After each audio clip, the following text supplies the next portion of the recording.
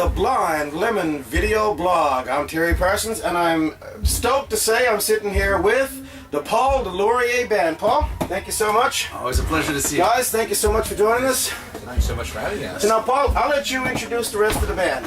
Well, on my left here we have a two-time Maple Blues Award Drummer of the Year nominee, Mr. Sam Harrison. Hello. And over there we have Greg Morancy, multiple List Blues Award nominee as well.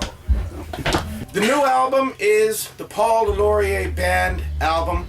It's a great album.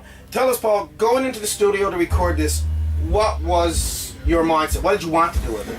Well, I think the onus, our goal was to capture what the band sounds like live, you know, and really without artifice and whatnot, really sort of capture live performances, and that was the main thing. You know, we did it very humbly and went in trying to just capture what we sounded like live, to represent what we're doing live, so we could have something, you know, to promote and to sell while we're after shows and whatnot. So you know, our goal going into the studio was to actually just perform live and do that, which is what we did. We did really old school, because now, you know, with modern technology, you can literally phone it in. You know what I mean? You can snap tracks to each other and do this and that and fix stuff up. So we didn't want any of that. We actually wanted to just play, and we interact a lot. There's a lot of improvisation in what we do together.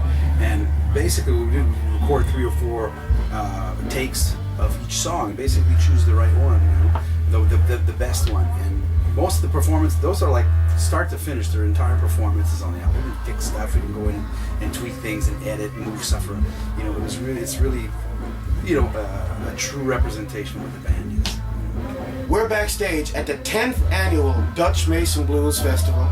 This is not your first kick at the can for the Dutch Mason Blues Festival yourself personally, but for the group, it's the first visit to the Dutch Mason Blues Festival. Yeah. So, what do you guys think of the Dutch Mason Blues? What's the feel here? What's not to love? Everything's amazing. The venue's amazing, and the crowd is awesome, and the staff is amazing too. So we've been here for what? A little over 24 hours. So far, it's so good. You know, everybody's very nice to everybody, and we get to enjoy very, very good music as well. We got a very, very special guest, a friend of ours who is going to be performing here tomorrow as well with a great Canadian band you know as Monkey Junk. Please put your hands together for Mr. Steve Mariner.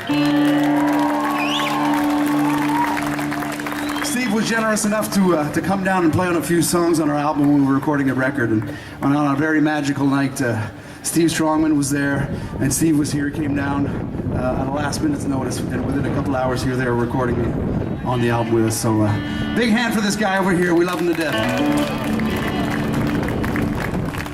How you doing, Steve? You all right?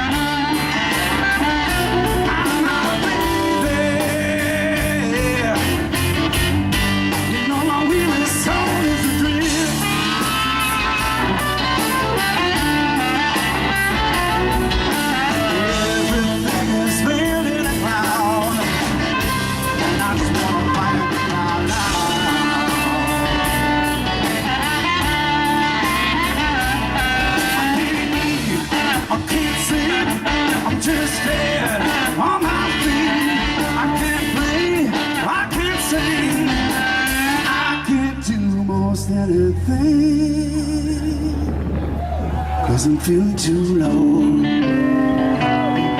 down slow. I'm feeling too low. I'm going down slow. Going down slow. Going down slow.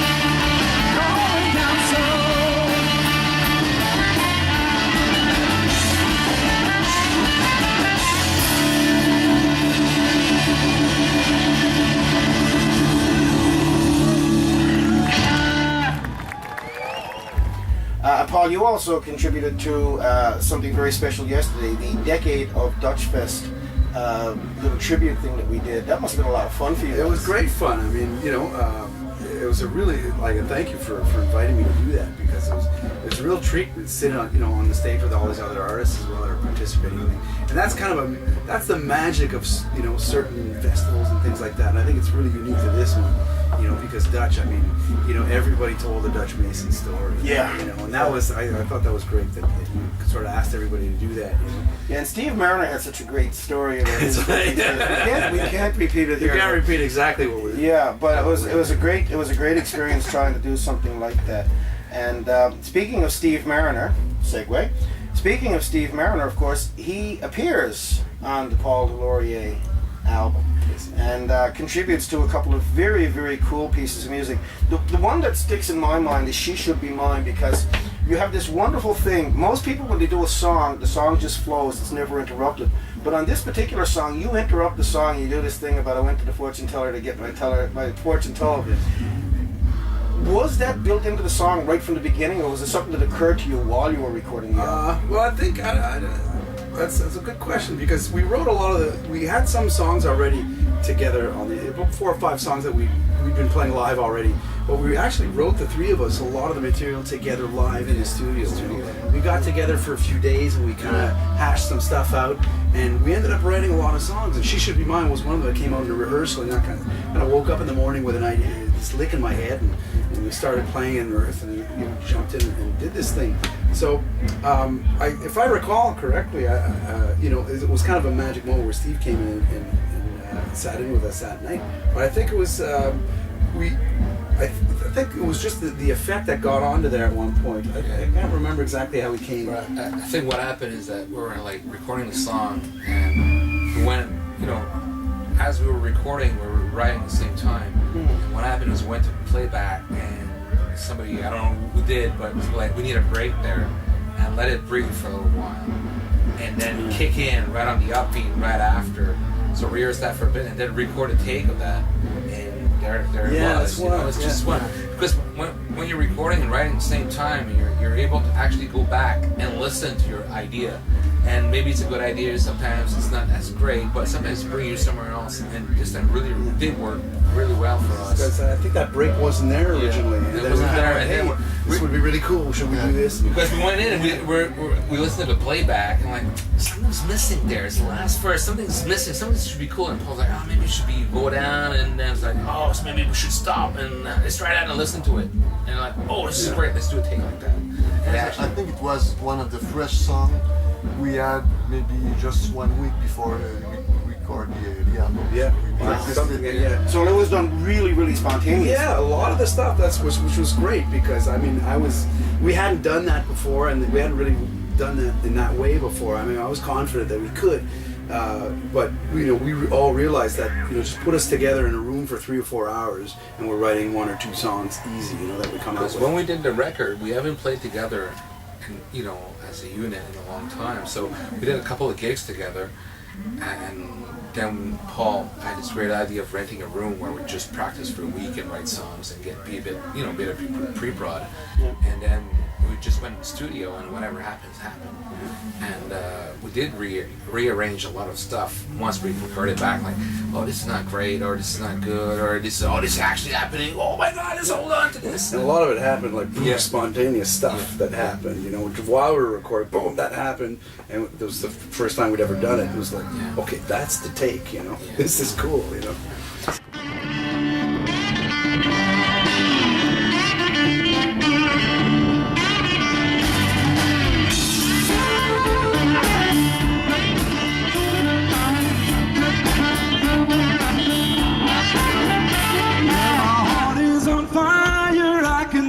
Seem to stand myself,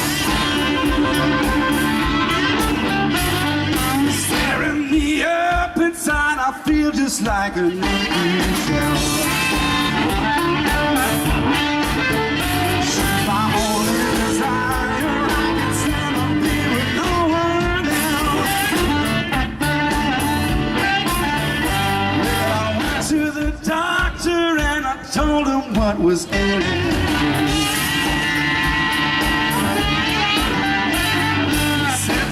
Son, there ain't no cure as far as I can see. There's no potion or pill that can cure and set you free. Something's in heaven and hell, and I come under a spell. It's the same old story to tell. Just as a love of mine.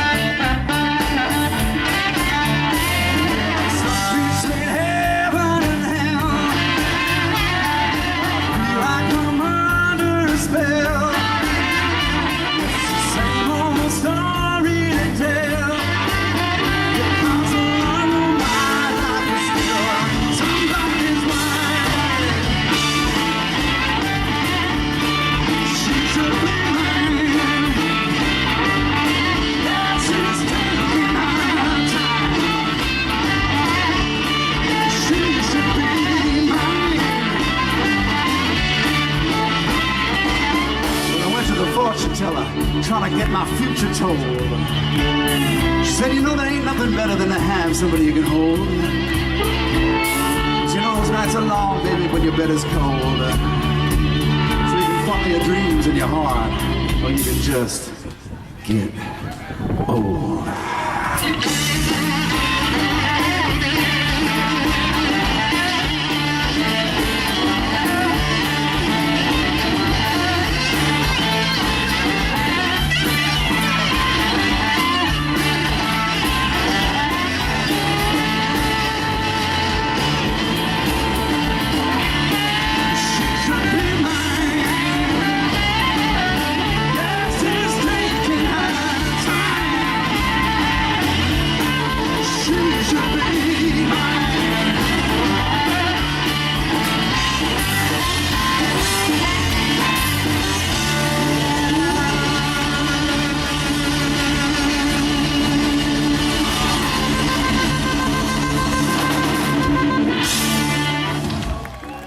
Now, the album is mostly original material, but there are a couple of notable covers there. And one is Nobody's Fault But Mine, which has gotten a lot of airplay on CHMR. But it's such a great song. Is it your attempt maybe at showing a little respect and a little homage to the guys who came before? Definitely. I mean, you know, we do a lot of covers of old sort of Delta blues songs and stuff. You know, a lot of the Robert Johnson repertoire, and this one in particular is Blind Willie Johnson, right? Yeah. And it's a tip of the hat also to one of our favorite, collectively our favorite band, which is Led Zeppelin. Yeah. We did a cover of it, and they did arrangements of it and different things like that. But yeah, it's something we love to do, and it kind of comes pretty naturally to us to build these arrangements of songs. And I'm so glad you mentioned that, because we did do it. We did an acoustic version on the Edge of the Gate album with Anwar Khurshid as well, which came out first, and we had been playing the electric version for a number of years, you know, and that was one of the songs that we came in with in the studio that we had been performing for a while, and it's nice to hear all these things come together and actually record them and have them fit all together into a cohesive thing. Well, it's a great project. It's the Paul DesLauriers Band. You can check them out at www.pauldeslauriersband.com. Guys, thank you so much for the music and for the interview.